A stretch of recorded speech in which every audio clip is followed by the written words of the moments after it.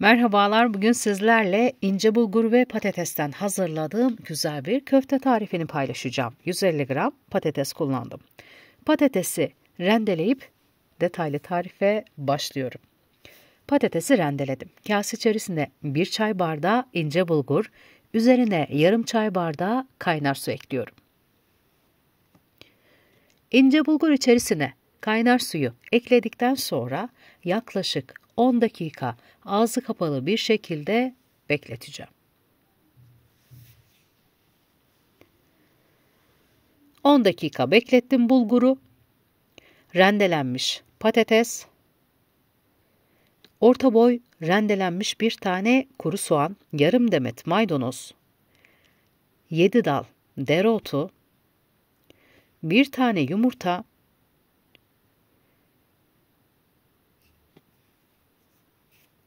bir çay kaşığı tuz, bir çay kaşığı köfte baharatı, bir çay kaşığı kimyon, bir çay kaşığı pul biber ve yarım çay kaşığı karabiber kullandım. Tüm malzemeleri elimle yoğurarak karıştırıyorum.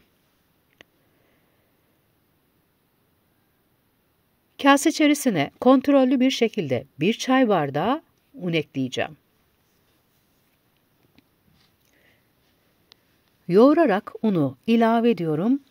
Hazırlamış olduğum karışımın yoğunluğuna bakarak. Bir çay bardağı unu ekledim.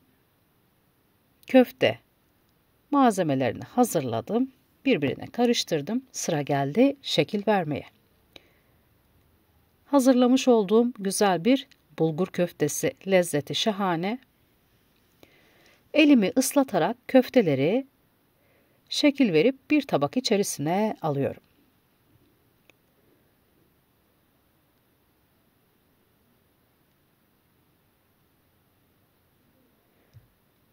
Daha önce bulgur köftesi hiç denediniz mi bilmiyorum.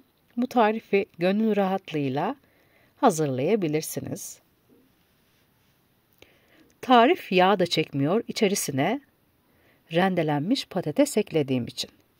Genellikle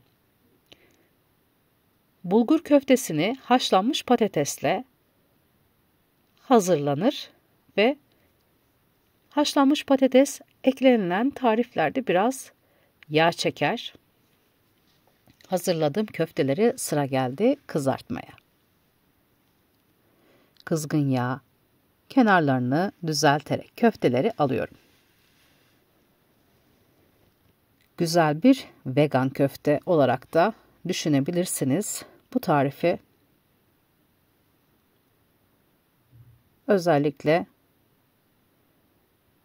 et köftesi yemeyenlere güzel bir alternatif.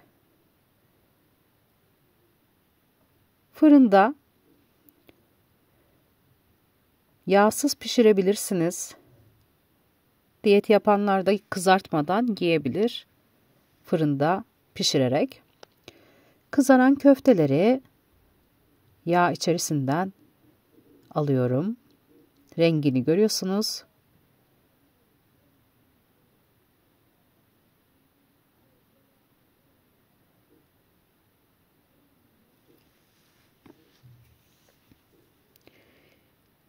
Geri kalan köfteleri de kızartacağım ve servise alacağım.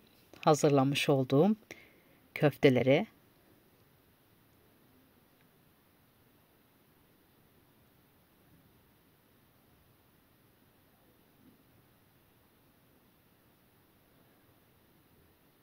Son köfteleri de yağdan alıyorum ve servise geçiyorum.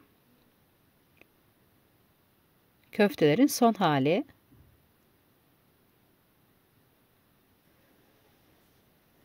Sıra sıra köfteleri dizip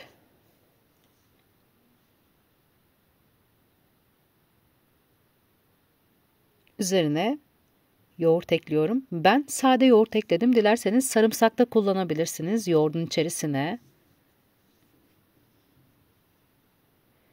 Üzerine biraz yeşil fıstık. Domates sos olur.